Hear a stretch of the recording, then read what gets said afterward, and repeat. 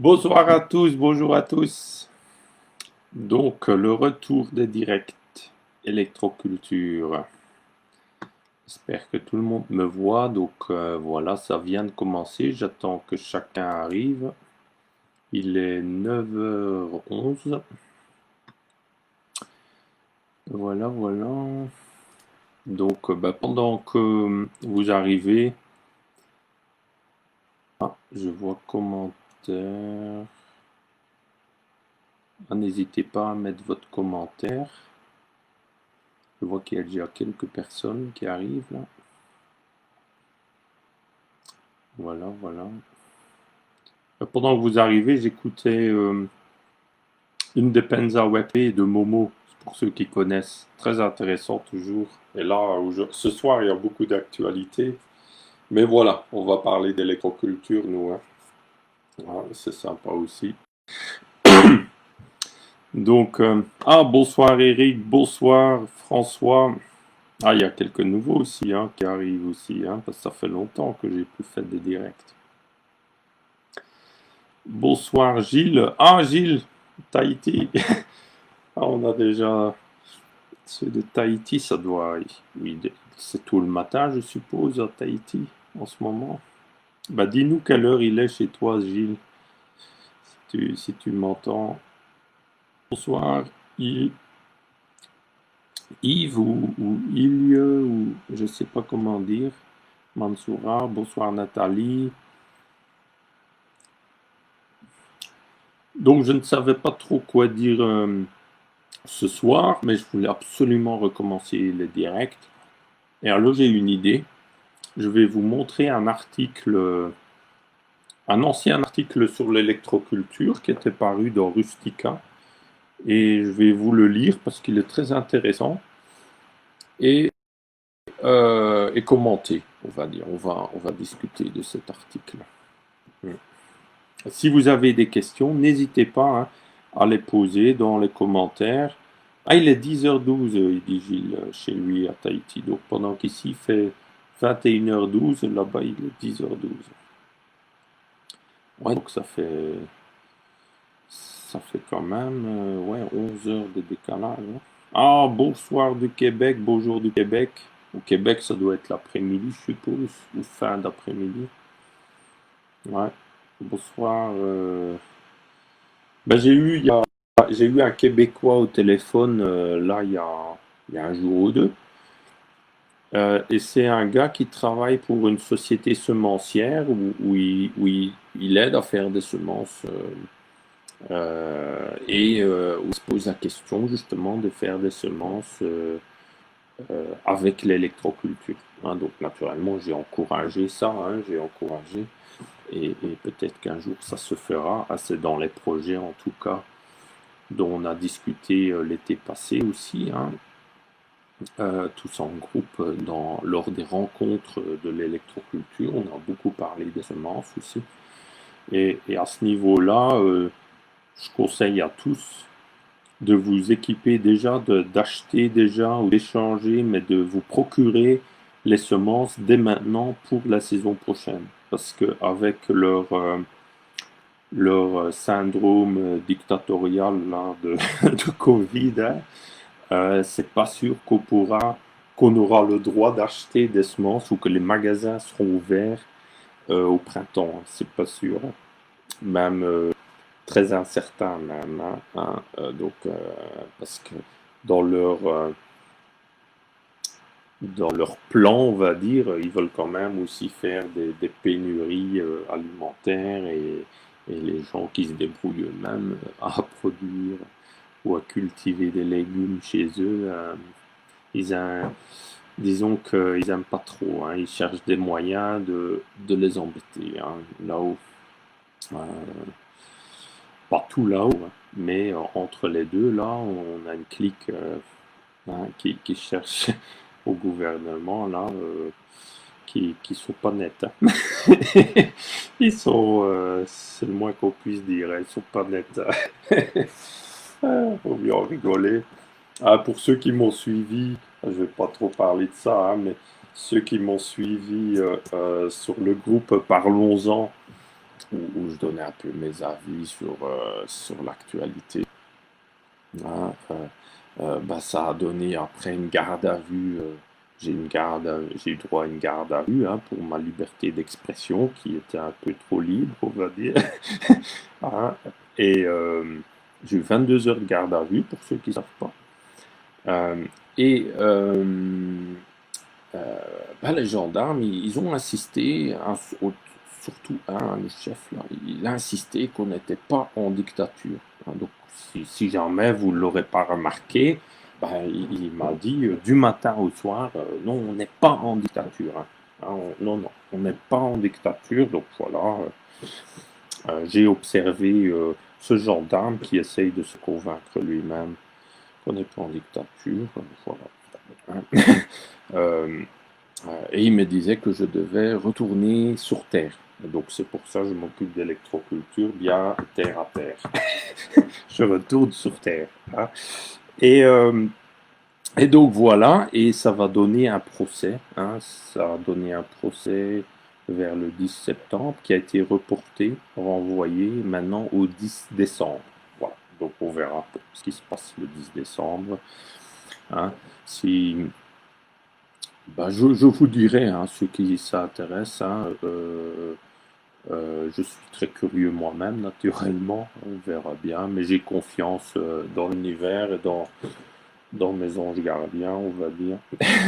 Et rien n'arrive par hasard dans la vie, il s'est passé plein de choses, ça m'a beaucoup appris et ça m'a poussé encore plus dans l'idée de l'importance de l'autonomie, hein, donc de l'autonomie, de s'occuper de projets constructifs, très importants, euh, de dépasser la phase colère, on va dire, voilà, on n'est pas d'accord, c'est ça, ok, mais de vraiment de mettre toute son énergie dans la construction, hein, et dans l'exemple, hein, pour le monde de demain, parce qu'on est en train de semer les graines du monde de demain pendant que l'ancien monde il s'écroule.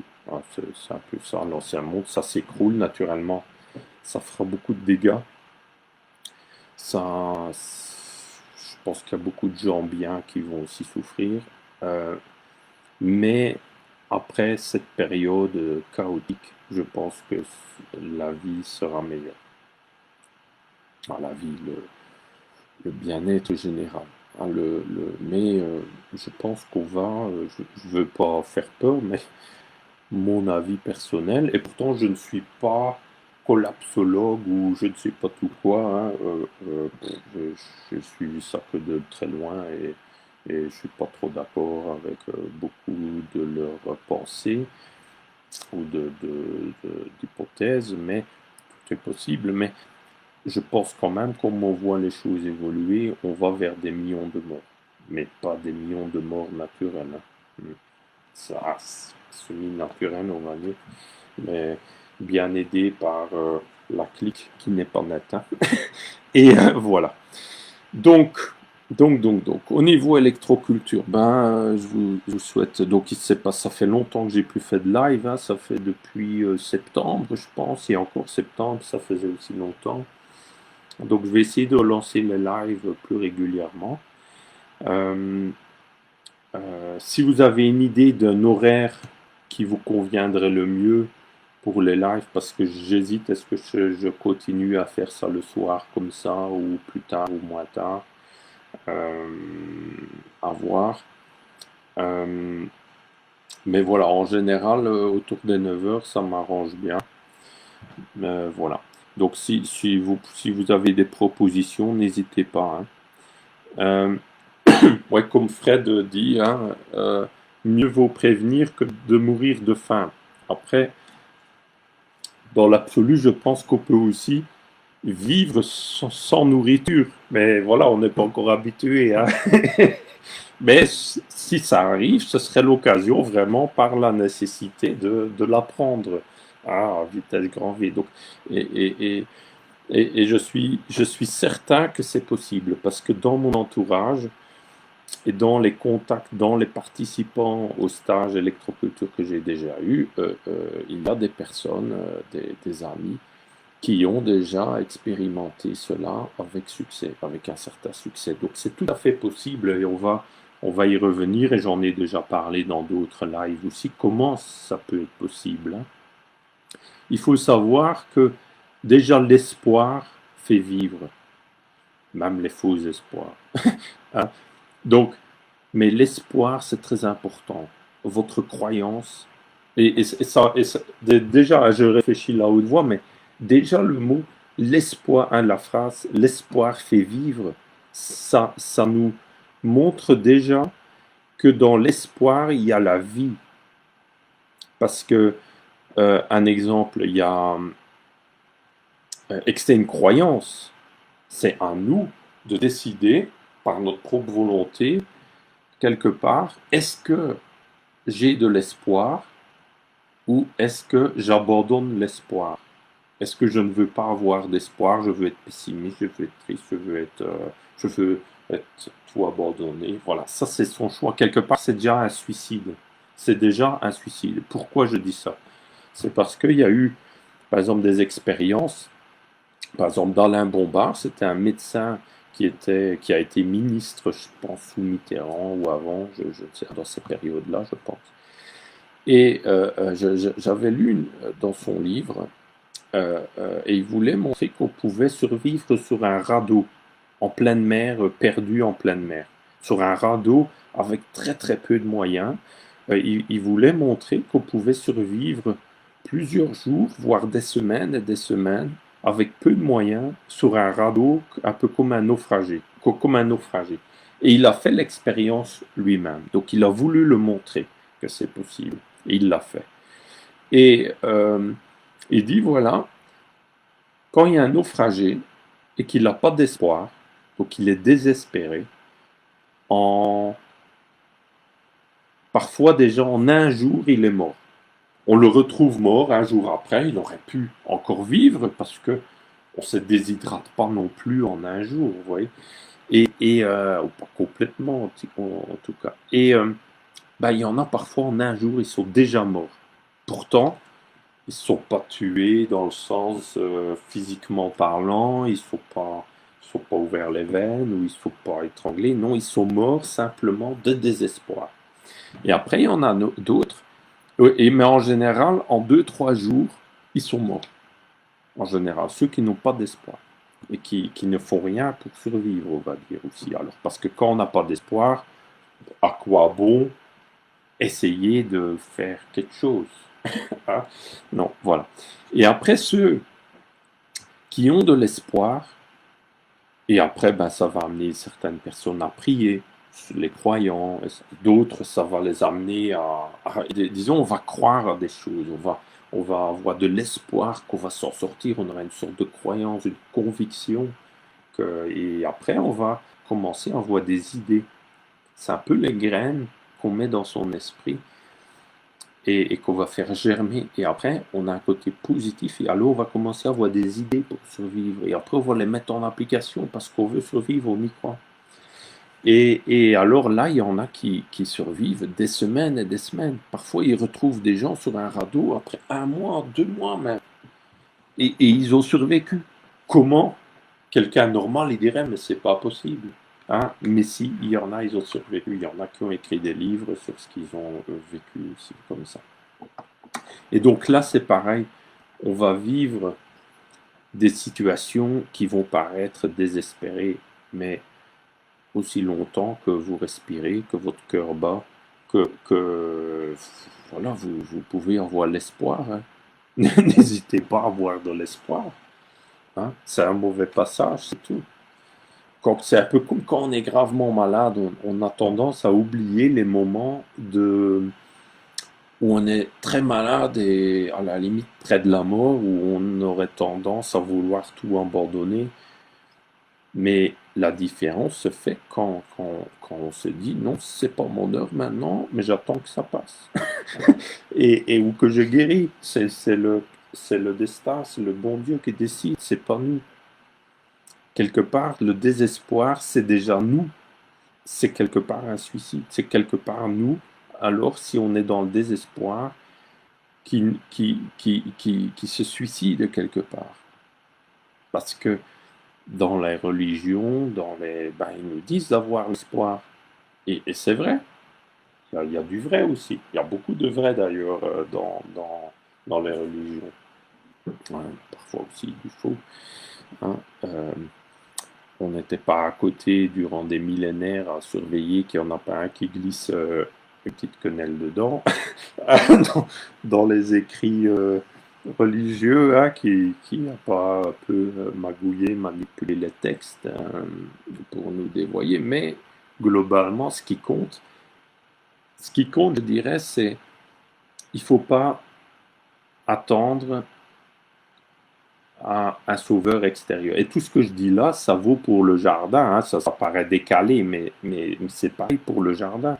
Quand quelqu'un n'a pas de bons résultats dans son jardin, il ne doit pas être désespéré. Il y a parfois, je reçois des mails de gens complètement désespérés. Oh, ça pousse pas, et ci, et ça. Combien de fois j'ai vu des jardins qui avaient l'air désespérés, avec des terres pauvres et tout, et devenir des super beaux jardins simplement par un changement d'état d'esprit ou un changement de personne qui s'occupe du jardin ou un changement dans la vie de la personne qui s'occupait du jardin qui fait qu'il s'est complètement changé d'état d'esprit. Et l'inverse aussi. Comment des beaux jardins deviennent presque des décharges ou des pauvres jardins où tout meurt et tout tombe malade parce que voilà, il y a un divorce par exemple dans ils divorcent ou ils deviennent désespérés ou le jardinier abandonne, il est déprimé, ou il tombe malade gravement, il abandonne son jardin, il n'y croit plus.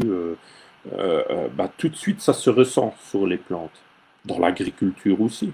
Combien Combien d'agriculteurs ont des problèmes avec leur culture liés à leur état d'esprit? Énormément. Et inversement, dès qu'ils retrouvent une lueur d'espoir et qu'ils se glissent dans la lueur d'espoir et qu'ils commencent à se mettre sur d'autres voies qui leur apportent de la lumière, et la lueur d'espoir le dit lui-même, lueur c'est une lumière, vous voyez? Dès qu'on va vers la lumière, ça s'agrandit. C'est un peu comme si on irait vers le soleil et qu'on est de plus en plus proche et qu'il y a de plus en plus de lumière et du coup on trouve des solutions. Après coup, souvent on se dit, j'aurais dû, je sais pas moi, par exemple, un agriculteur conventionnel qui n'ose pas faire le pas de faire du bio parce qu'il se met plein de problèmes dans la tête, il pense que c'est compliqué, il ne sait pas comment faire, il pense qu'il va tout perdre ou qu'il va perdre beaucoup de ses économies ou de plein de choses, et qu'en fin de compte, une fois qu'il l'a fait et qu'il s'y met, il se rend compte qu'en fin de compte, c'était beaucoup plus facile qu'il l'aurait pensé, en fin de compte, et que c'est beaucoup plus satisfaisant et beaucoup plus enrichissant. euh, Pas forcément économique, mais humainement, et qu'après il fait d'autres contacts. Oui, il aura, à chaque changement de vie, on perd des anciens contacts et on en regagne d'autres, c'est normal. Mais l'espoir, c'est très important, très très important. Et là, moi, je suis convaincu que on va vers quelques années de beaucoup de misère dans la société, hein, qu'on va devoir traverser, un peu comme une tempête qui arrive mais qui va durer. Ça sera un peu une zone de tempête, de chaos, de plein de trucs. Pour après, un peu comme après une tempête, où après le calme y revient, comme par enchantement, et on se retrouve, on ressort de nos tanières, et on se dit, ah toi t'es encore là, comment t'as survécu cette période? Ça me fait plaisir de te revoir, et qu'avant on n'aurait même pas forcément eu le plaisir de le voir parce qu'il nous irritait, il nous emmerdait, mais en fin de compte, quand on vit des périodes de stress intenses collectivement, après je dirais, on est presque content même de revoir un gars qu'on supportait pas, mais simplement parce qu'on est content de revoir un autre humain et on est des humains, on est là pour vivre ensemble quelque part et on est heureux de vivre ensemble au fond de nous-mêmes et de partager euh, parce que même avec nos ennemis, il y a souvent des points communs qu'on adore tous les deux, par exemple, je sais pas moi, faire du golf ou la forêt ou les arbres ou la nature et voilà. Contentons-nous de discuter de nos points communs et pour faire qui sont constructifs. Parce que toute la société nous pousse à nous diviser. Hein. Même dans les jardins, quand je vois dans les groupes permaculture et les groupes d'agriculture, comment les uns s'accusent l'un l'autre, ah celui-là il utilise des produits chimiques, c'est un connard ou machin, et l'autre il dit, ah celui-là il se rend pas compte de ce qu'il dit, il est bio, mais il se rend pas compte si et ça. Ben, en fin de compte, mais euh, moi, ma philosophie à ce niveau-là, c'est que chacun est à sa place. Chacun est dans son chemin de vie. Et ce qui compte, c'est pas où il est, c'est où il va. Est-ce que le lendemain, il aura pris des décisions où il va s'intéresser à des techniques qui vont vers plus d'harmonie, plus de bien-être, plus d'humanité entre euh, plus de valeur, on va dire, pas valeur économique, mais valeur ouais, de naturel, bien-être, spirituel ou pas. C'est ça qui compte. C'est comment on évolue. Ou est-ce qu'on reste dans l'erreur? Si on fait des erreurs et qu'on le reste dedans et qu'on ne veut pas changer, ouais, ça c'est un problème, ça c'est autre chose. Mais ce qui compte, c'est pas où on est, c'est où on va et comment on apprend de chacun ses expériences. Souvent, allez, combien d'agriculteurs bio, combien de jardiniers en permaculture, avant, ils étaient pas l'as du pulvé, on va dire, et du glyphosate et tout ce qu'on veut. Hein. Et parfois, ils juraient que par ça. Et après, 3-4 ans après, on les rencontre et ils jurent que par, je sais pas moi, les buts de permaculture. Et après, 3-4 ans après, c'est autre chose, n'importe. Mais on peut dire, on évolue tous. Et c'est ça qui est super sympa aussi, qui est passionnant dans l'humanité. C'est que justement, quand on rencontre des amis qu'on n'a plus vus depuis longtemps, c'est comment on a évolué chacun. Discuter de ça, il n'y a rien de plus sympa que ça. Hein. Voilà, voilà. Oui, oui, nous rencontre des problèmes de lire cette vidéo. Est-ce que vous me voyez encore là? Il y a eu un bug, hein, j'ai l'impression. Allô, allô. Si vous pouvez, vous me dites un message parce que moi je vois que l'image a disparu. Alors je ne sais pas si vous me voyez et m'entendez. Donc sinon je fais une pause. Mais donc j'ai un problème je crois que j'ai un problème de ligne internet. Ah Andrea, salut Andrea si tu me vois. Salut, salut Michael, Monique, Fred, Yannick, salut Cindy. Ah, encore le Canada. Ben, vous êtes bien représenté ce soir. Bonsoir Cindy. Salut, bien contente de voir Tapi. Comme ça se passe chez vous, la Gestapo est à l'œuvre ici au Québec. Ah oui. Ah ben ici en France aussi, hein. Mais on peut pas les appeler Gestapo ici, sinon je me retrouve en garde à vue. Vous allez avoir le droit de fêter Noël, vous, pas nous. Ah oui, carrément, vous n'avez pas le droit de fêter Noël. Aïe, aïe, aïe, aïe, aïe. Est-ce que vous me voyez là? Parce que moi, je me vois plus. Euh, ah ouais, bah, il me voit. Donc, je vais continuer. Je vais voir peut-être en parallèle sur... ouais, c'est ça, je vais ouvrir encore une autre page. Parce que ça fait bizarre qu'on se voit pas. Ah voilà, ouais. Direct. Ah bah c'est marrant, vous êtes 28. Comme vous savez, j'aime bien le 28. Je ne vois plus. Euh, Ah, voilà. Ouais, bah ça a l'air de marcher.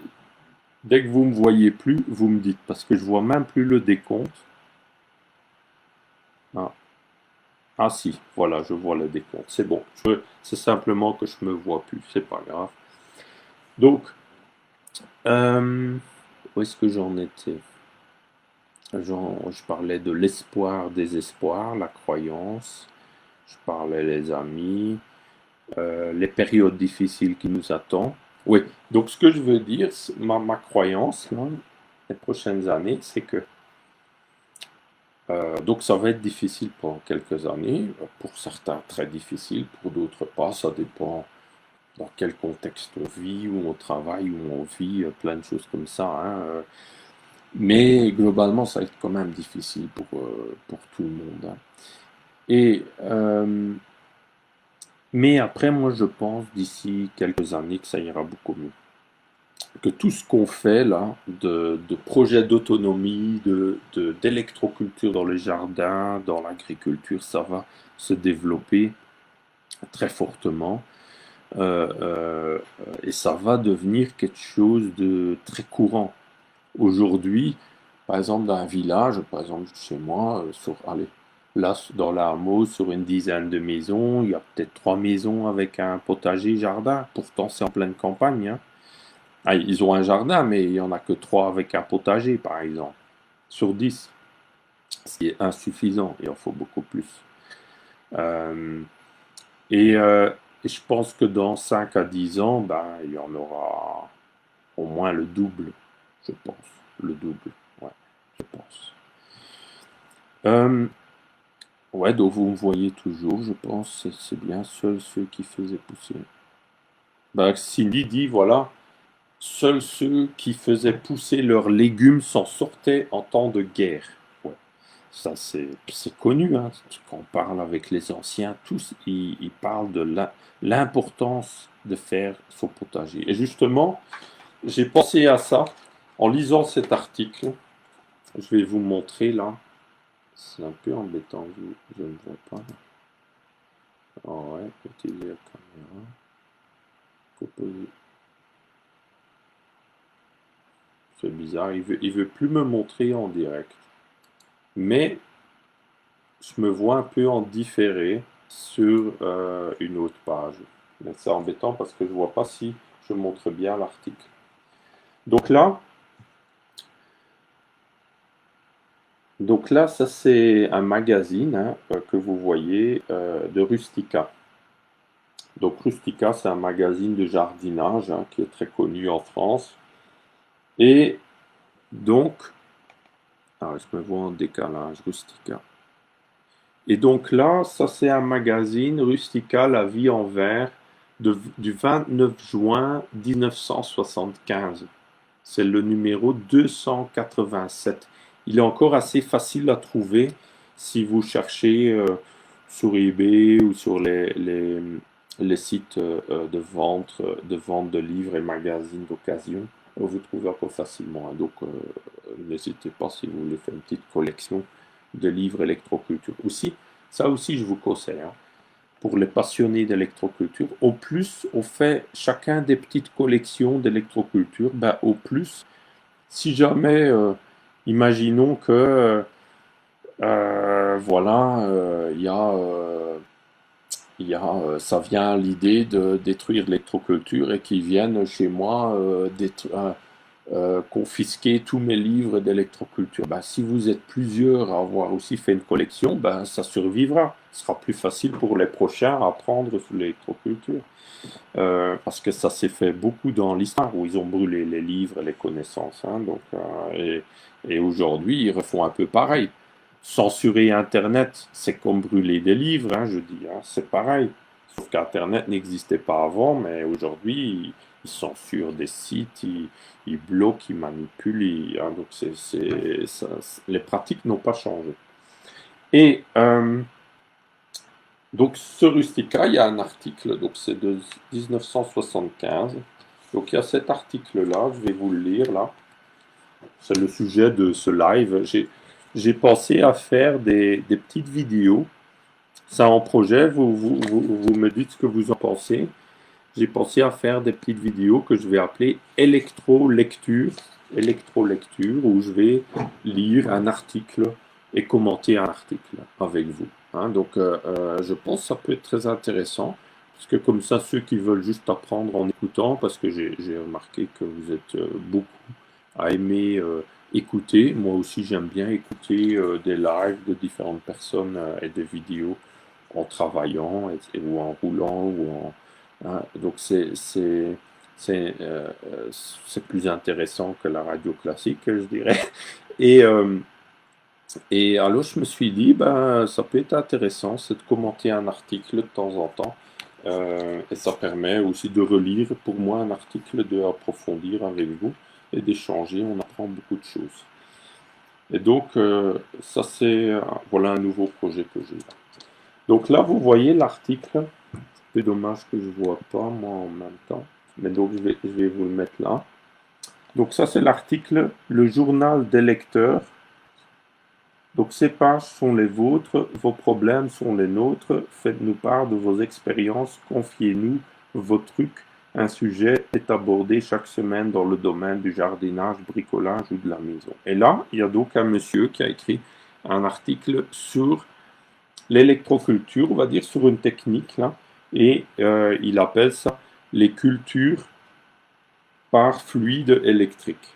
Hein, donc vous voyez, vous avez le scan, le PDF de cet article, je pense, sur mon site internet. S'il n'est pas dessus, je vais le mettre dans les prochains jours, mais je pense qu'il est dessus. Hein.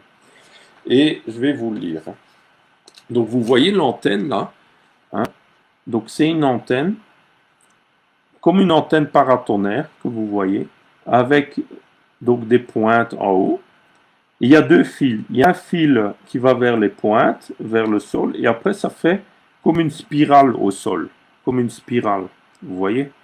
Donc ça fait une spirale. Ça fait penser à la technique de Luigi Guina, qui tourne en sens horaire depuis le centre vers l'extérieur.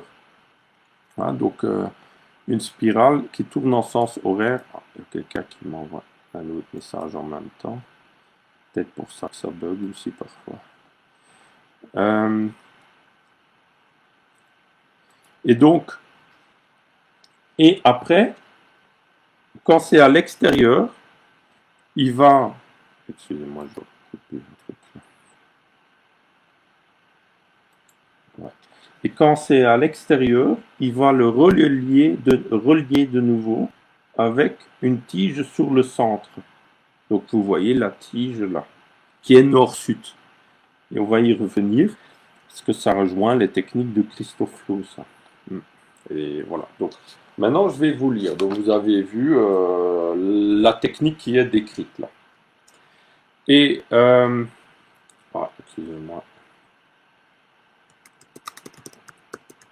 Il y a quelqu'un qui cherche la page électroculture. On va trouver. Et donc, je vais vous lire parce que c'est très intéressant. Donc, les cultures par fluide électrique. Donc, je vais lire ce qu'il y a en dessous de l'image. L'antenne reliée au sol par un fil de cuivre capte l'électricité atmosphérique. Cette énergie gratuite stimule la végétation. Donc là, c'est une antenne qui est reliée au sol avec un fil de cuivre. Hein, donc, je vais répéter un peu des choses qui me paraissent marquantes ou importantes selon l'article. Donc, je vais lire. Des carottes comme des betteraves, des poireaux comme l'avant-bras, des fraises comme des oranges. Ah, on commence à avoir un petit aperçu dans le jardin à Richard et dans nos jardins aussi. Hein, on a quand même maintenant plusieurs à avoir eu des résultats impressionnants. Donc, il y a Xavier Gridley qui dit « Où trouver le système Justin Christoflo ?» Tu vas sur mon site internet, Xavier, il y a plein de systèmes d'électroculture et tout est inspiré de Justin Christoflo. Justin Christoflo, c'était des systèmes d'électroculture des années 20, 30, 40. Hein. Donc aujourd'hui, on est l'année 2020. On roule pas dans les mêmes voitures, on roule pas sur les mêmes vélos. Ça a évolué. Ben non, si tu veux, tu peux refaire exactement comme Christoflo aussi, hein. Donc il y a tous les documents sur Internet que je vais partager aussi. Donc là, dans cet article, on va parler de Christoflo aussi. Parce que le monsieur qui a écrit cet article, il a rencontré Justin Christoflo. Donc c'est pas aussi longtemps. Et quand il avait 25 ans, quand il était jeune, il a été visiter le jardin de Justin Christoflo et il témoigne de ce qu'il a vu. On va lire ça. Donc, je répète. Donc, je continue. Ce gigantisme est dû à l'électricité atmosphérique. Certains chercheurs l'ont capté. Peut-on généraliser ces phénomènes pour révolutionner le jardinage? Nous, on va répondre oui, naturellement. Vous nous avez écrit très nombreux. Vous nous faites part de vos expériences, des résultats obtenus. Et donc là, un jardinier, donc là, il y a l'article là, il continue, à mon pouce là, un jardinier au courant. C'est marrant. Un jardinier au courant. C'est marrant. Ça rime, hein, pour ceux qui ne l'avaient pas remarqué. Ce que je vais vous raconter remonte à la fin 1930 ou début 1931. J'avais alors 24 ans. Donc il n'avait pas 25 ans comme je disais tout à l'heure, il avait 24 ans. Ah Mathieu, bonsoir Mathieu, aussi content de te voir là. Merci. Donc j'avais 24 ans. Je m'occupais de prêts hypothécaires.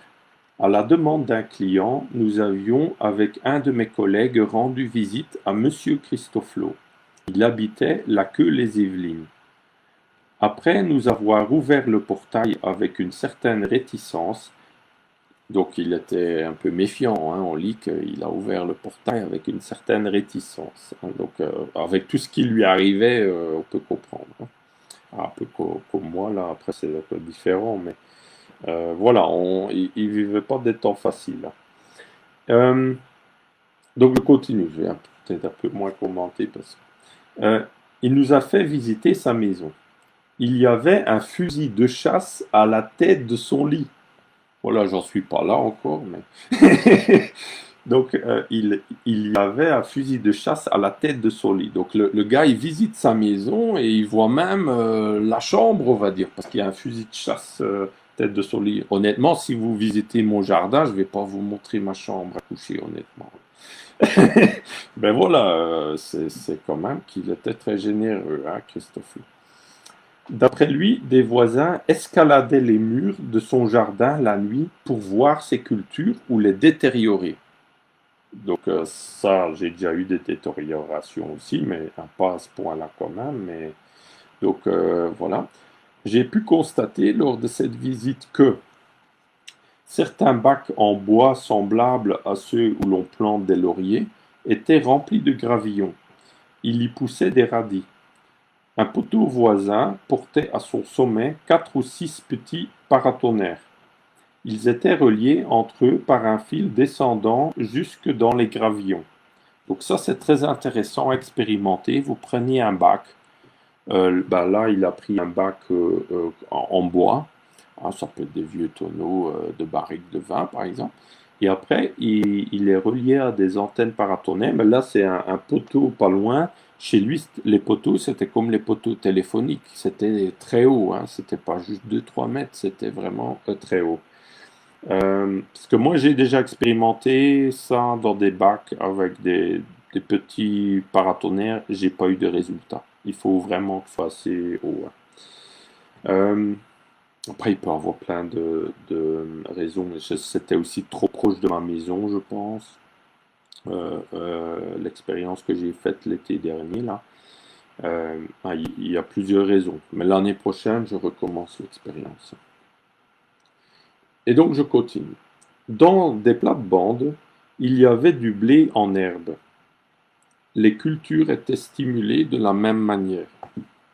Aussi, donc, une antenne paratonnerre comme ça. Le blé semblait plus développé au-dessus des passages linéaires des fils qu'entre les intervalles. Il y a 45 ans, le père Christoflo passait dans les Yvelines pour un illuminé. Donc lui, il dit il témoigne que Monsieur Christoflo, il passait un peu comme un illuminé là-bas, hein.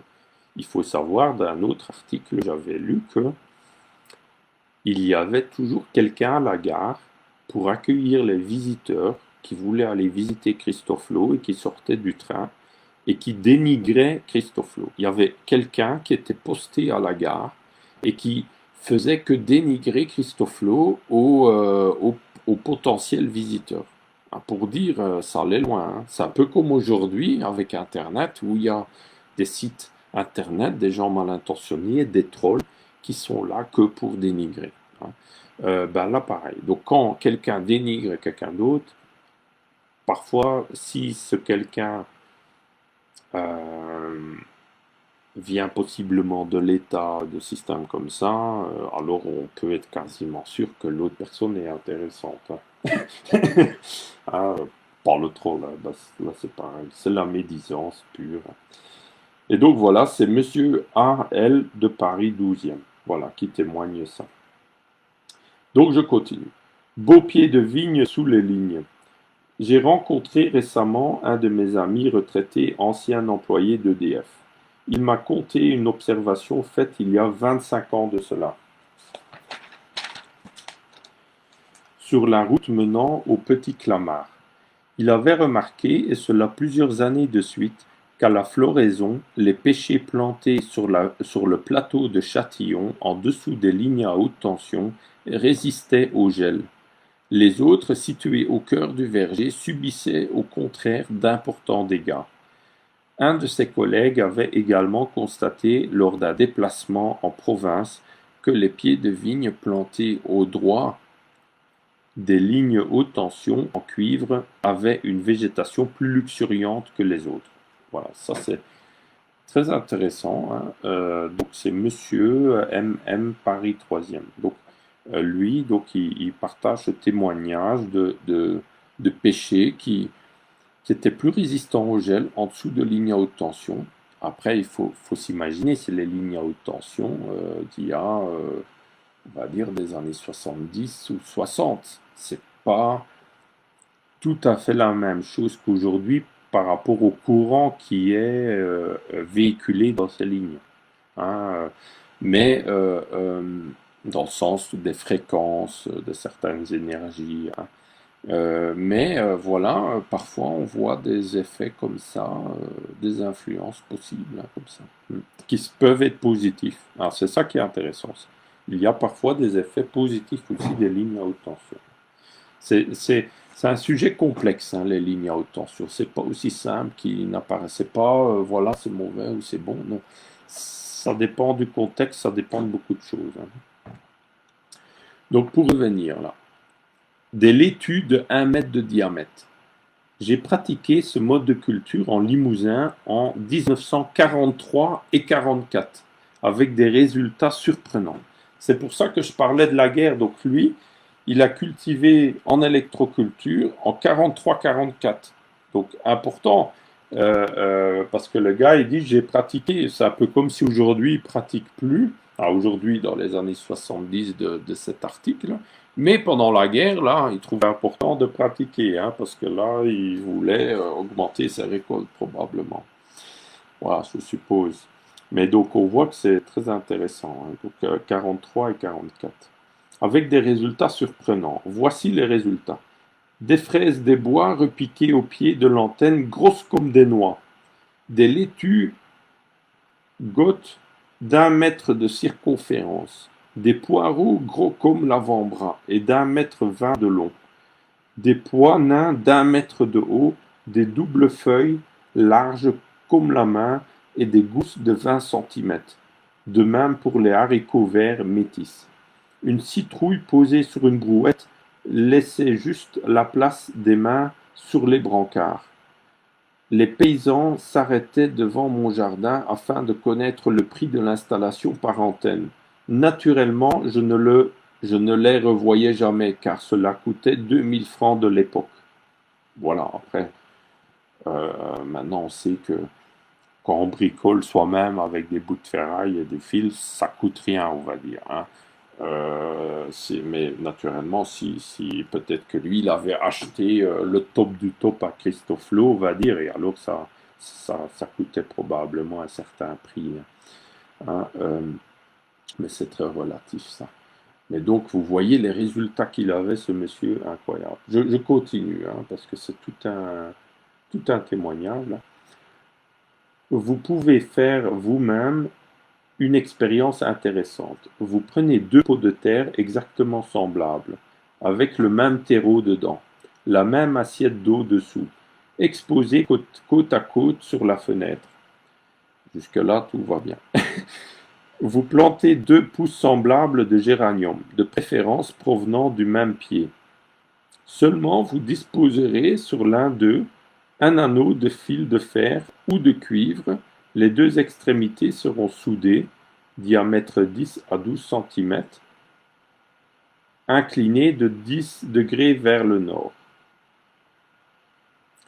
Pour la culture en jardin, c'est plus complexe. De toute façon, nous utilisons avec le champ magnétique terrestre les ondes telluriques, courant circulant dans la Terre. Il faut d'abord creuser une sorte de piste de cirque de 50 cm de profondeur et d'un diamètre d'environ 5 à 6 mètres.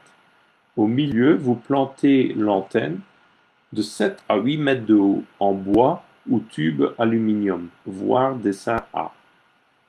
Ouais, donc là, il décrit le dessin, hein, donc je vais y revenir dessus. Je vais d'abord relire la petite expérience avec les deux pots de géranium. Donc, il dit, seulement vous disposerez sur l'un d'eux un anneau de fil de fer ou de cuivre dont les deux extrémités seront soudées. Donc il dit, il met juste donc un cercle, on va dire, hein, un anneau. Voilà, donc il va prendre un anneau et il va souder les deux ensemble pour faire un cercle. Et ça, il va mettre autour de la plante un peu inclinée à 10 degrés. Et voilà, pour lui, ça suffit d'avoir des résultats.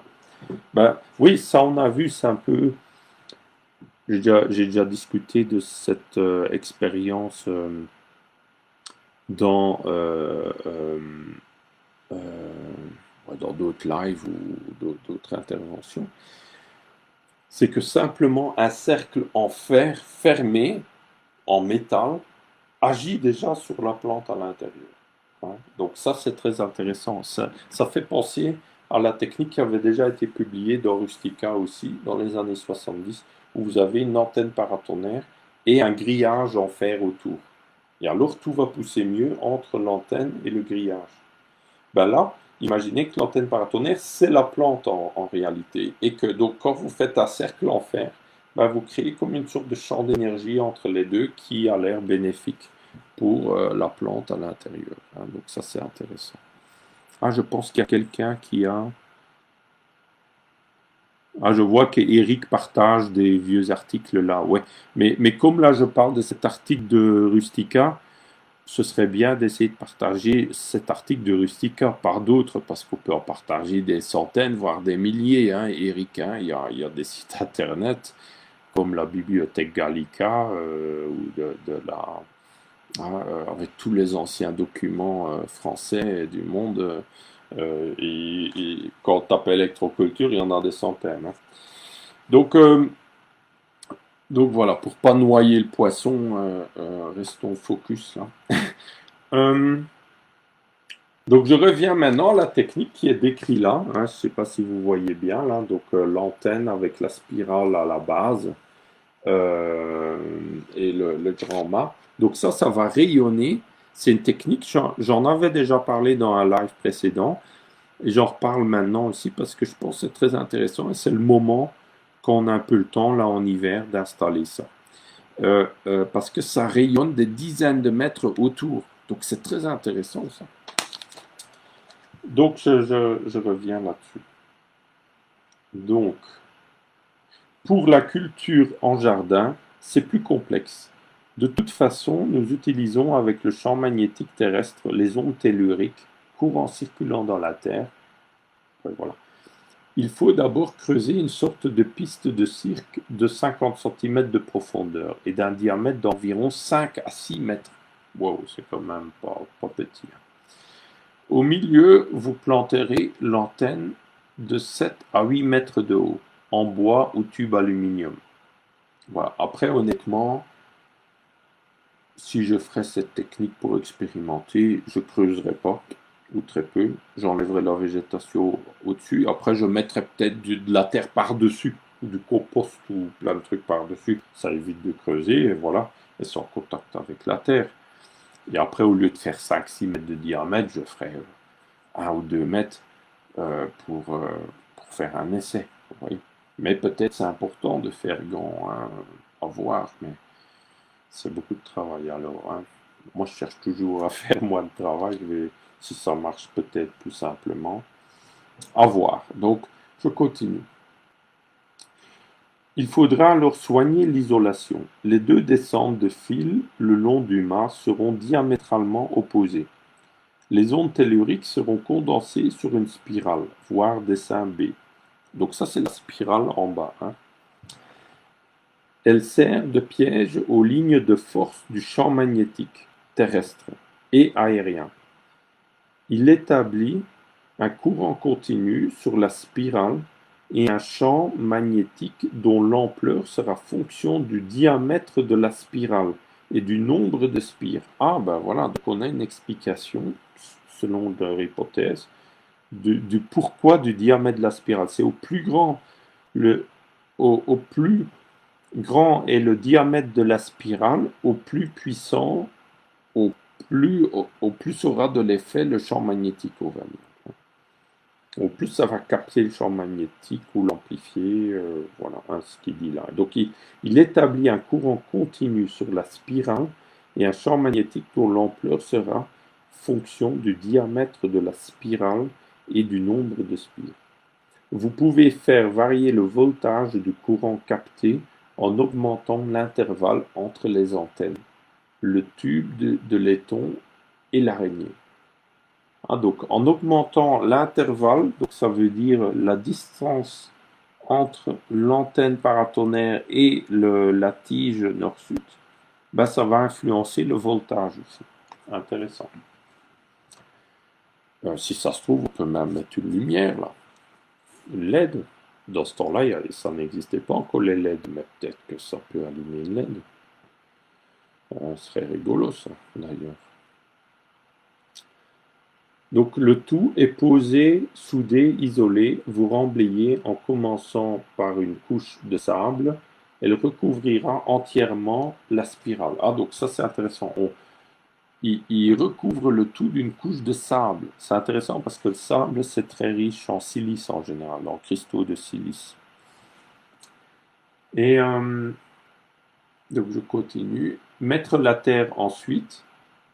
Tasser bien et arroser. Arroser, ça c'est intéressant aussi, parce qu'on a remarqué que quand on arrose, quand on humidifie bien les tours rondes, hein, donc Andrea fait ça aussi, hein, quand il fait des tours rondes en Italie, ben, ça a l'air vraiment d'augmenter ou d'accélérer le processus énergétique, hein, d'augmenter l'effet énergétique. Et je le fais d'ailleurs aussi, même sur les petites tours rondes, hein, ciment basalte que vous trouvez sur mon site internet. Hein, on fait un peu la pub. Ben, moi, souvent, quand je suis dans le jardin, que j'arrose peut-être 2-3 plants par-ci par-là, ben, j'arrose la tour ronde aussi. Et on a remarqué que ça, c'est comme si ça l'active. Il y a vraiment un effet, quelque chose qui se passe en lien avec l'eau. Hein. Je continue. Donc, tasser bien et arroser. L'appareil fonctionne immédiatement. Il n'a pas besoin de fumure. L'hiver, le couple, l'ensemble fil de fer galvanisé, fil de cuivre ou laiton, tient la terre tiède à une certaine profondeur. Donc, carrément, il dit là que ça va donc influencer la température et garder la terre plus tiède. Donc, ça veut dire que si on ferait ça, ben, la neige fondrait plus vite, par exemple. Et ça, j'ai remarqué autour des tours rondes, par exemple. Ça, observez ça, hein, si vous voyez ça, s'il neige, il gèle, bah, prenez la température ou peut-être pas forcément la température, mais que la neige fondra plus vite. Vous voyez? Parce que la température, c'est une sorte de rayonnement aussi. Quand on mesure avec un thermomètre, c'est pas tout à fait juste quelque part, parce que c'est un rayonnement aussi. Et parfois, on peut avoir la même température, -3, mais avec une sorte de -3, on a froid, et avec un autre, pas. Vous voyez? Donc, et la vie, oui, c'est intéressant parce que ça rejoint aussi les travaux de Wilhelm Reich sur l'énergie organique, où il mesure aussi des différences de température quand il y a plus d'énergie organique. Donc c'est ce qu'il décrit comme une énergie vitale aussi, hein. Voilà, pour faire quelques recoupements. Je continue. Donc, il n'est pas recommandé d'aller cueillir des fraises ou salades un jour d'orage. Ouais, tu m'étonnes. Euh, le rayon d'action est d'environ 30 mètres. Très intéressant. Donc, quand il fait une antenne là, de 8-9 mètres de haut, 5-6 mètres de diamètre, ça rayonne sur 30 mètres. Quand même très intéressant, ça fait une sacrée surface. Les terrains siliceux sont plus favorables que les argileux. Donc, il dit qu'il a plus d'effet sur les terrains siliceux que les argileux. Si le fil est posé à 50 cm de profondeur, c'est uniquement pour éviter de le couper lors du labour. Donc, Monsieur LV 36 Mézières en Brenne. Pour ceux qui sont de Mézières en Brenne, ben, il y a eu donc dans les années 1974 un monsieur qui faisait des antennes comme ça. Peut-être que il y en a encore des petits-enfants ou qui font ça. On ne sait jamais, hein. Donc très intéressant ça. Donc là, comme il parle de labour, donc il l'enterre juste pour éviter d'être embêté avec les fils quand il laboure. Donc ça veut dire qu'on n'est pas forcément obligé de l'enterrer. Parce qu'il dit aussi dans l'article que c'est pour capter les énergies, les champs magnétiques terrestres et aériens. Donc ça veut dire que même si ce serait en suspension, ça fonctionnerait, hein, je pense. Voilà, donc c'est très intéressant. Donc je continue, on est presque à la fin. Jusqu'où irez-vous? L'électroculture, ah, donc c'est un peu la conclusion du petit article, un nom ou un autre témoignage. Jusqu'où irez-vous? L'électroculture. Allons bon. Rustica continue la série des journaux des lecteurs, genre peut-on croire aux soucoupes volantes? Les sourciers. Nous avons décuplé nos productions agricoles en quelques années grâce aux nouveaux engrais, aux méthodes modernes de culture. Si l'électroculture était révolutionnaire, on n'aurait pas attendu si longtemps pour en parler. Ah, voilà, ça, ils ont laissé la parole aux trolls du coin, aux critiques, hein, qui dit ah, si c'est pas passé à la télé, ah, si ça marchait, ça se saurait, hein, typique la remarque à la con. Hein, donc voilà, ils disent un truc comme ça, si l'électroculture était révolutionnaire, on n'aurait pas attendu si longtemps pour en parler. Ah, voilà, c'est vraiment un qui n'a rien compris. Hein, s'il y en a comme ça dans le groupe, rentrez chez vous, hein, vous vous êtes perdu, hein, vous êtes perdu de chaîne, hein, trompé. Allez voir BFM, hein, pour rigoler, hein. Mais entre nous, voilà, on les détecte vite, hein. Donc, mais pour dire, voilà, ils ont laissé quand même, on va dire, la parole hein, sur un tout petit témoignage à la con pour dénigrer. Parce que Rustica, c'est quand même pour vendre des produits chimiques en général, hein. C'est pas trop bio ou électroculture. D'ailleurs, ça existe toujours. En 20 ans, là, ils ont jamais fait un article d'électroculture, hein. Faut le savoir quand même, hein. Là, en 20 ans que moi, je refais revivre l'électroculture, et surtout depuis 2008-2009. Et ça, et voilà, sur Internet, il suffit de taper électroculture, et ça existe quand même. Donc, ils ont pu faire un article. Maintenant, peut-être qu'ils vont s'y remettre un jour, hein, ce serait bien. Parce que d'ailleurs, ils ont quand même un mérite. le mot électroculture était déjà censuré depuis les années 30. Il n'était plus dans le dictionnaire et ils ont quand même fait un article sur l'électroculture, un témoignage. Donc comme ça, ils peuvent encore dire, hein, c'est pas eux. Hein. Mais quand même, voilà, c'est intéressant, ça a le mérite, ça a son mérite. C'est marrant, c'est donc numéro 117 supplément à Rustica, numéro 287 du 29 juin 1975. 29 juin. Marrant ça. Pourquoi je dis ça que c'est marrant? Parce que moi je suis né le 28 mai 1976. Donc 10 mois après. Hein. Je dis ça, c'est rigolo. C'est rigolo ça. Hein. Est-ce que mes parents auraient lu ça et ça leur aurait donné des idées? Hein. Je sais pas. Il faut leur demander s'ils lisaient Rustica, ce serait rigolo. Ça, ah ben, d'ailleurs, ma mère, ma maman, elle vit encore, donc je vais lui demander s'il lisait Rustica dans ce temps-là, parce qu'ils étaient quand même aussi un peu jardin, tout ça. Hein, donc, ce serait vraiment très rigolo, ça. Très, très... ouais. Ben voilà, je voulais vous montrer ça. Ben voilà, je vais un peu lire vos commentaires.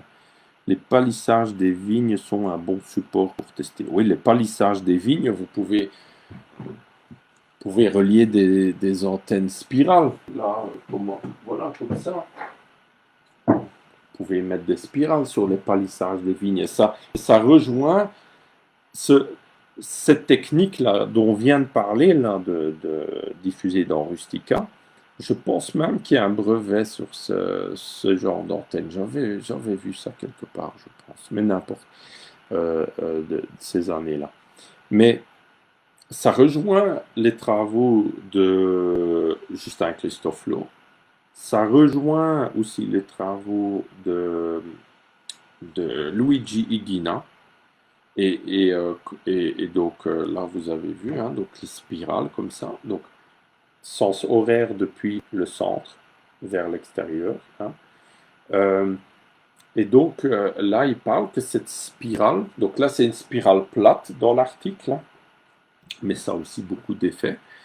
Il parle que ça capte les champs magnétiques, etc. Mais c'est une façon, on va dire que le gars qui parle, peut-être que c'est un radiesthésiste, peut-être c'est un scientifique, on ne sait pas. Donc peut-être que par champ magnétique, il voulait dire les énergies qui nous entourent, pas forcément magnétiques. Vous voyez, donc c'est toujours difficile à interpréter qu'est-ce que la personne voulait dire.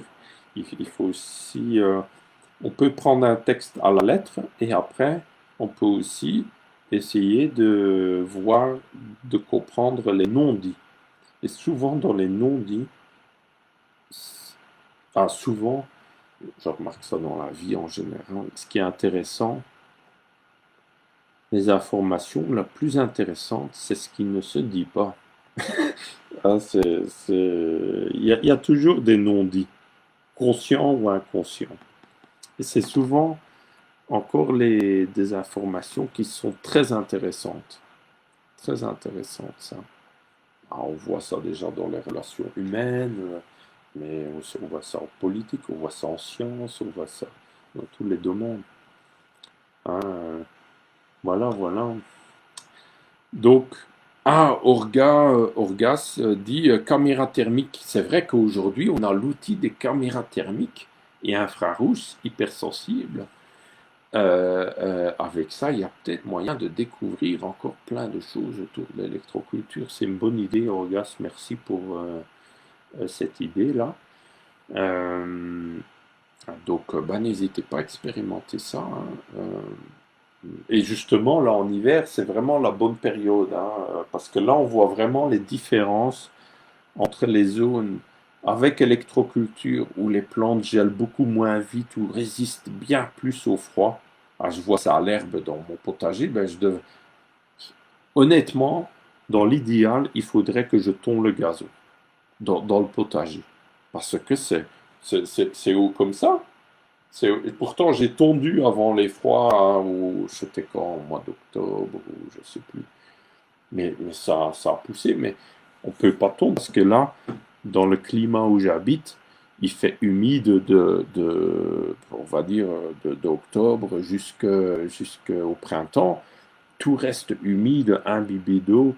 Euh, je suis en montagne, plus souvent il y a la rosée, et après ça sèche jamais, sauf s'il y a du vent sec et des gelées et du vent de l'Est. Alors là, ça va sécher, mais alors on tombe pas le gazon quand c'est gelé, hein. Ce serait fou ça. Alors je vais sûrement passer pour un illuminé. Mais c'est vrai que l'herbe est haute et ça peut être bien de couper et après de nourrir le sol à d'autres endroits. Bah, il y a un endroit d'ailleurs où j'avais mis de l'herbe de ma dernière tonte. Les vers de terre ont déjà tout mangé. On voit plus un brin d'herbe. Tout a été. Et pourtant, c'était une cage, un sac de tonte que j'ai mis sur, on va dire, 1 mètre carré. J'ai pendu comme ça. Il n'y a plus un brin d'herbe, je vous dis. Ah, difficile à croire, mais il y a tellement de vers de terre, incroyable. Et ça aussi, ah oui, ça c'est que je sais pas, on est déjà à 1 heure, ouais, je vais pas faire trop long. Je vais finir là-dessus.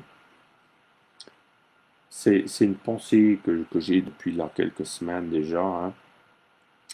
On nous dit souvent, voilà, il faut apporter de la matière organique. Et alors, on est un peu comme l'idiot si quelqu'un montre la matière organique ou le doigt, ben, on va regarder le doigt au lieu de regarder ce qu'il montre, hein. C'est un peu ça. Ben là, apporter de la matière organique ou augmenter la matière organique d'un terrain ne veut pas forcément dire d'apporter de la matière organique. Parce qu'un exemple, imaginons qu'il y a 3 tonnes de vers de terre à l'hectare. Hein, 3 tonnes c'est un chiffre comme ça en l'air, hein. Je ne suis pas spécialiste des vers de terre, mais c'est un sujet qui m'intéresse. Ben, j'ai remarqué quand on fait de l'électroculture, ça augmente énormément la vie de la terre et les vers de terre. Rien que déjà de mettre des antennes, ou avec le basalte, on le voit tout de suite ça, les vers de terre se développent, ils deviennent plus gros, il y en a beaucoup plus. Un exemple, moi j'ai des mètres carrés, il y a une méthode qui est dit qu'il faut compter le nombre de monticules sur 1 mètre carré ou une petite surface et comparer pour avoir une idée du nombre de vers de terre qu'il y a. Ben moi, dans le potager où j'ai mis beaucoup de basalte, je peux vous dire, on ne peut plus compter le nombre de monticules. Il y en a tellement, c'est un à côté de l'autre. La terre qu'on voit, c'est que de la terre brassée par le ver de terre. C'est que des monticules. Mais l'un à côté de l'autre, je vous dis, c'est tout poreux, c'est que je l'ai montré à Raphaël qui était venu me voir il n'y a pas longtemps, là. Hein, clandestinement, hein, parce que je dis ça pour rigoler. Aujourd'hui, on va se visiter les jardins clandestinement. Euh, dans cette période de confinement, de règles liberticides, au cas où le virus passerait par là, hein, le virus habillé qui se cache souvent autour des véhicules de gendarmerie, j'ai remarqué. Et ça, il y a beaucoup de virus là autour. Et parce que sinon, on n'entend pas parler, hein, de virus que sur les chaînes télé, BFM et véhicules de force de l'ordre. Mais sinon, tout va bien, j'ai jamais vu de virus. Et, euh, et donc, les vers de terre, mais il y en a tout plein, mais c'est incroyable. Et ce que je veux dire, c'est voilà, imaginons il y a 3 tonnes de vers de terre à l'hectare au départ. Et après, on fait de l'électroculture. Je suis sûr, hein, mais je suis convaincu de ça, que ça va facilement doubler la quantité de vers de terre que vous avez. Donc vous allez multiplier les 3 tonnes en 6 tonnes. Et peut-être même tripler peut-être. Et donc là, je cherche à savoir si vous avez des infos là-dessus ou si vous voulez faire l'expérience chez vous. Je serais enchanté de l'apprendre et on serait tous enchantés de faire un test dans ce sens-là. Il faudrait trouver un petit protocole ou une façon de mesurer ça. je suis certain que ça va doubler, voire tripler le nombre de vers de terre. Le nombre ou la quantité, la masse, on va dire là, en tonnes, hein, ou en kilos. Et donc, vous imaginez que là, avec une technique passive, c'est que des antennes, c'est que des ondes, des énergies, un outil, on va dire, un appareil, un poteau, un aimant, une spirale, du basalte, un peu de poudre de roche de basalte, paramagnétique, je précise, ben, on va booster la vie. Donc, ce n'est pas une question qu'on doit apporter de la vie pour nourrir la vie. Non, on doit apporter, créer les bonnes conditions énergétiques. Un exemple, un oiseau, il fait son nid, il fait un œuf, il crée les bonnes conditions énergétiques. S'il n'a pas créé, s'il n'est pas bien, il ne fait pas d'œufs, il ne développe pas la vie, il ne se multiplie pas. Voilà. Ben, si on n'est pas bien, on meurt. Si on a de l'espoir, un exemple, ben, quand on est amoureux, on a de l'espoir, on veut, à la limite, on veut faire une grande famille avec 10 enfants. Après, on apprend à connaître sa femme et ça change. Non, c'est pour rigoler. Donc, mais moi, j'aurais bien aimé avoir beaucoup d'enfants. Mais voilà, on en a deux et on est déjà bien occupé. Hein, mais c'est magique. C'est magique la vie, les enfants. Et ben, c'est ça, c'est que la vie appelle la vie. L'espoir, les bonnes croyances, ça stimule la vie. Et quand des êtres vivants ne veulent plus faire d'enfants et tout, c'est qu'il y a vraiment un gros problème. Un problème énergétique ouais, de société. C'est un peu comme si on n'aurait plus envie de... Un exemple, c'est un peu comme si on n'aurait plus envie de faire un jardin. C'est ça. C'est qui a plus envie de faire un jardin? C'est la vie. Ça représente la vie. C'est un beau jardin. Maintenant, les gens, ils voient le travail. Ils sont comme ça. Oh, oh, c'est du travail. C'est ça. Mais c'est pas du travail. On peut faire un jardin avec peu de travail aussi. Mais c'est la vie. Ça représente la vie. C'est les fleurs. C'est la vie qui grouille. Pour moi, il n'y a rien de plus merveilleux qu'un beau jardin. C'est, c'est... et là, on voit comment la ville, hein, ville vilaine, hein, on voit bien les mots aussi, ça parle même aussi, comment la ville pervertit l'esprit humain. On est déconnecté de la vie, on est entre du béton et en plus, c'est même plus des briques naturelles, c'est du béton, des produits chimiques, du plastique. On est entouré en ville, des ondes artificielles. Et dès qu'on est dans la nature, dans un jardin, on est déconnecté de cette artificialité et on on se reconnecte. Hein. C'est pour ça que j'avais mis là sur un post là, salut les connectés ou les reconnectés. Ça venait du film La Belle Verte, qui est magnifique ce film. Hein. C'est un chef-d'œuvre, hein, ce film. Ouais. Ben voilà, c'est une note positive. Ça m'a fait plaisir vraiment voilà, de refaire un live avec vous. Je continuerai bien, mais je ne vais pas faire trop longtemps quand même. Ben voilà, j'avais fait une tisane santé avec de la menthe du jardin et Raphaël m'a fait remarquer quelque chose, c'est que il y a eu les premières gelées, il y a même eu des gelées jusqu'à -7 ici. Hein.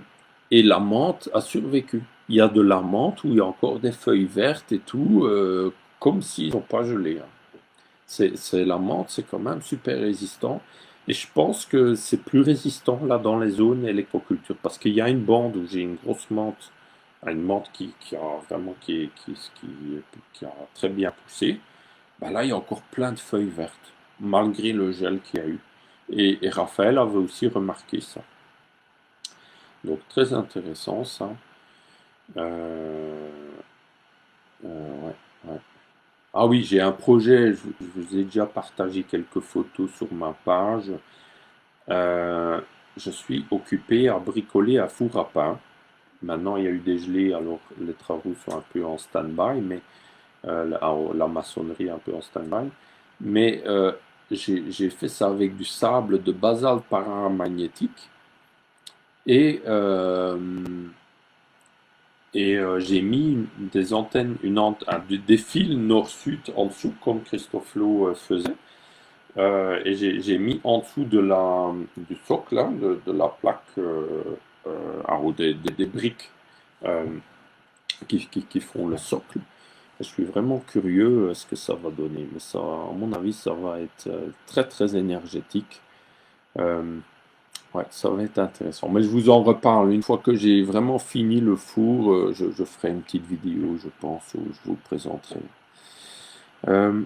Salut Ardit Cap, salut Yannick, salut à tous, merci. Euh, bonsoir, bonjour Walter. T'es de quel pays? T'es en Espagne ou c'est Amérique du Sud? Parce que je sais qu'il y en a qui me suivent même en Équateur, Guatemala, ah non, en Équateur, au Pérou même, j'ai eu des contacts. Ça me fait vraiment très plaisir. Au Mexique aussi. Ah, bonsoir Fabrice. Bonsoir Hervé, bonsoir Monique. Ah bah ça me fait plaisir de vous revoir sans me manquer, hein, honnêtement. Mais je vais aussi refaire des lives sur Zoom. Comme ça, on pourra interagir. Comme ça, vous pouvez aussi parler.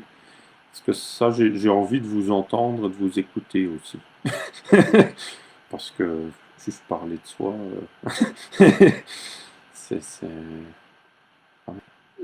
je trouve que c'est très enrichissant, très intéressant de vous écouter. Ah, bonsoir Andrea, encore une fois. Bah, ça me fait plaisir. Bonsoir Dalan Hassani, Youssou. Bah, je vois qu'il y a beaucoup de nouveaux. Romain aussi. Ah, ça me fait plaisir. Romain, appelle-moi. N'hésite pas à m'appeler un de ces jours. Ah, ouais. Ah, bah voilà, ça m'a fait plaisir. Donc, bah, je vous laisse pour ce soir. Je dirais, voilà, ça m'a fait un grand plaisir de relancer ces lives. Donc, je vais faire, si vous pensez que c'est une bonne idée là que je fasse des lectures comme ça d'articles, de petits articles de temps en temps d'électroculture, n'hésitez pas à me le dire, comme ça je continue. De toute façon, je vais continuer, mais ça me ferait plaisir d'avoir votre avis, hein, donc votre avis et suggestions. Hein, ça m'intéresse. Peut-être je dois plus adapter la façon de faire. Si je fais avec Zoom, alors je peux mettre l'article préparé un peu à l'avance et copier l'article. Donc voilà. Sinon, je fais un scan rapidement et je vous le mets là sur le groupe Facebook. Là. Voilà. Voilà, voilà. Ben, je lis là parce que venir aux rencontres, c'est pas facile. Ouais, c'est loin. Ouais, Zoom serait chouette. Ouais. Oui, donc, ah oui, nouvelle aussi, avec Andrea, on va faire une série de 3 vidéos, ou 3 cours, on va dire, ou présentations, en anglais, pour les anglophones. Parce qu'il y a beaucoup de questions, de demandes des anglophones. Il y a encore quasiment rien en anglais, hein. Sur l'écoculture, je me suis pas vraiment occupé de ça. J'ai fait quelques présentations en anglais en 10 ans, mais pas énormément. Donc là, on va faire connaître aussi en anglais pour un peu diffuser plus dans le monde. Hein. Ils ont aussi droit à faire l'électroculture hein, et à connaître, à redécouvrir l'électroculture. Et là, le moment est venu, je pense, de le faire. Et donc, avec Andrea, qui est super dynamique, hein, on ne peut pas l'arrêter. C'est un bulldozer, Andrea. Hein, c'était une idée qui était déjà dans l'air depuis longtemps. Hein, ça fait déjà maintenant depuis des années que les anglophones me demandent, et comme là, Andrea parle très bien anglais aussi, et qu'on avait déjà fait des choses ensemble en anglais, on s'est dit, voilà, on va faire ça. Donc, ne vous inquiétez pas, les francophones, hein, vous n'êtes pas. Je continue les lives et je vais refaire des nouvelles présentations en anglais, en français aussi. Hein, peut-être même en néerlandais, hein, pour Dominique qui est en Belgique, en néerlandais, qui a aussi des super résultats d'électroculture. Ben, salut Dominique, mais je te vois pas, t'es peut-être pas là ce soir, mais c'est aussi un fan, hein, il est souvent là. Donc, pour ceux qui s'intéressent aux livres, au côté bibliothécaire, euh, Dominique Belen, qui est dans le groupe aussi, lui, il recense énormément d'articles et de livres, hein. Donc, si vous avez une question de ce côté-là, vous pouvez toujours lui demander. À mon avis, il sera il est très disponible, je pense, à répondre pour des sources de documents. Ou si on a un document en copie en PDF ou quoi, il n'hésitera pas à vous le partager. Sauf si c'est ultra secret. Ah, mais comme vous voyez, il n'y a pas beaucoup de secrets entre nous dans l'électroculture, hein. Et donc voilà. Voilà. Ben, je vais refaire un live très prochainement. Au plaisir. À tout bientôt. Merci beaucoup. Voilà. Et lui dit aussi au revoir. Salut. Bonne nuit.